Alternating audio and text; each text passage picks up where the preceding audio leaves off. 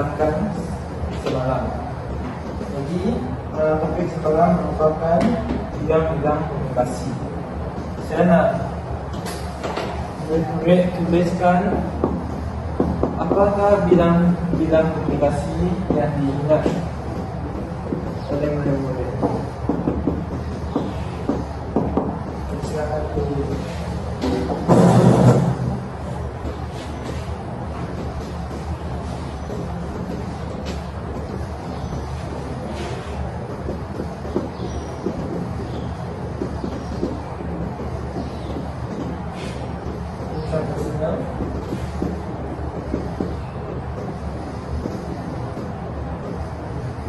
Bidang komunikasi interpersonal. Baik, Pak.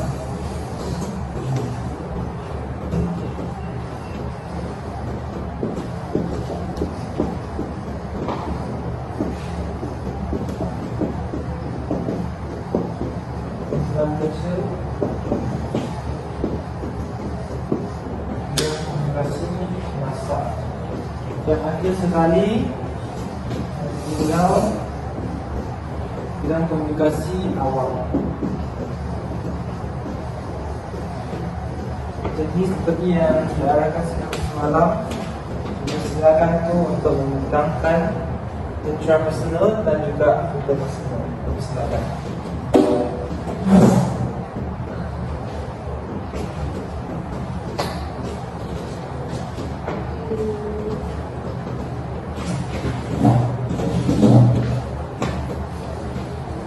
Bidang komunikasi adalah intrapersonal. Pada pendapat saya, intrapersonal adalah komunikasi lebih pada diri sendiri, berlaku untuk tujuan mendefinisikan, mempertahankan atau mengembangkan masalah sosial, psikologi dan diri sendiri. Terdapat beberapa faktor mempengaruhi. Yang pertama adalah nilai-nilai, yaitu kepercayaan. Yang kedua adalah sikap, yaitu reaksi terhadap orang. Yang ketiga adalah kepercayaan, yaitu pandangan tentang perkara baik atau sebaliknya. Seterusnya, terdapat 7 elemen komunikasi intrapersonal. Pertama sekali adalah decoding. Mengambil makna terhadap pesanan maklumat untuk disimpan dalam ingatan. Kedua adalah integrasi. Integrasi adalah menghubungkan informasi tersebut kepada orang lain dengan membuat perbandingan. Yang ketiga adalah memori. Menyimpan pelbagai kenyataan dan kejadian, penilaian, sikap dan kepercayaan. Keempat adalah rangkaian persepsi. Menggambarkan struktur berfikir. Yang lima adalah encoding, menghasilkan komunikasi bermakna. 6 adalah respon, mempunyai respon eksternal dan respon internal. Yang terakhir adalah gangguan. Fungsi interpersonal mempunyai kesedaran diri, rasa percaya diri, motivasi diri, kemahiran berdikari, fokus dan sebagainya. Seterusnya, saya akan terangkan dalam bidang komunikasi interpersonal. Pada pendapat saya, interpersonal adalah komunikasi antara satu sama lain. Menurut tokoh bahasa Muhammad Arulum, interpersonal adalah proses pertukaran maklumat sekurang-kurangnya adalah antara seorang individu dengan individu lain. Boleh berlaku dalam keadaan formal atau tidak formal. Interpersonal terjadi juga dalam verbal dan non-verbal. Terdapat 4 kategori interpersonal, yaitu komunikasi rapat, percakapan sosial, pemeriksaan dan wawancara. Tujuan interpersonal adalah mendapat jawapan, menjalin hubungan baik, mencari informasi yang diperlukan, memberi informasi, membuka minda dan sebagainya. Ciri-ciri interpersonal adalah komunikasi secara bersemuka, berkomunikasi secara spontan. Keberhasilan komunikasi merupakan tanggungjawab kedua-dua pihak dan melibatkan keakraban hubungan. Itu sahaja. Terima kasih Bu. Terusnya dipersilakan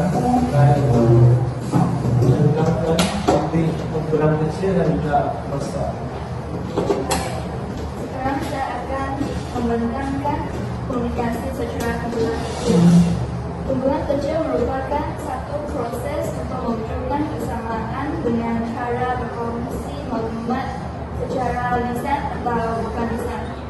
Tujuan komunikasi secara kumpulan kecil bukan bergantung kepada maklumat kumpulan itu berbentuk.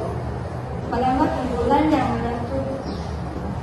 kumpulan akan menentukan jenis komunikasi yang akan digunakan mengikut keperluan. Tujuan komunikasi secara kumpulan kecil biasanya kumpulan kecil akan terdiri daripada 5 hingga 7 orang. Kumpulan merupakan himpunan individu yang berfungsi maklumat dan berinteraksi antara satu sama lain bagi mencapai maklumat yang sama.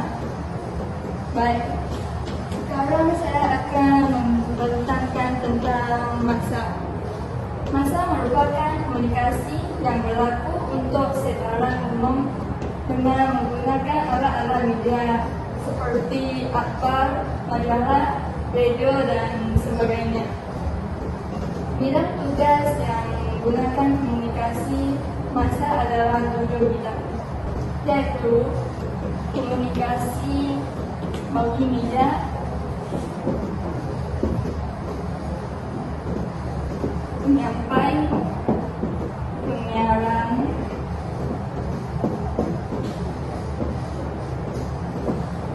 pembimbing,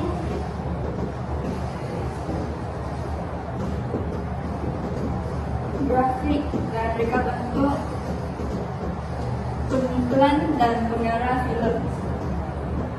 Penggunaan komunikasi massa berlaku pada zaman ini. Penggunaan komunikasi massa berlaku pada zaman ini yaitu zaman modern. Baik, sekarang Baik, terima kasih dengan dan lain. Jadi saya akan menerangkan bidang komunikasi awam yang terakhir, yaitu bidang komunikasi awam.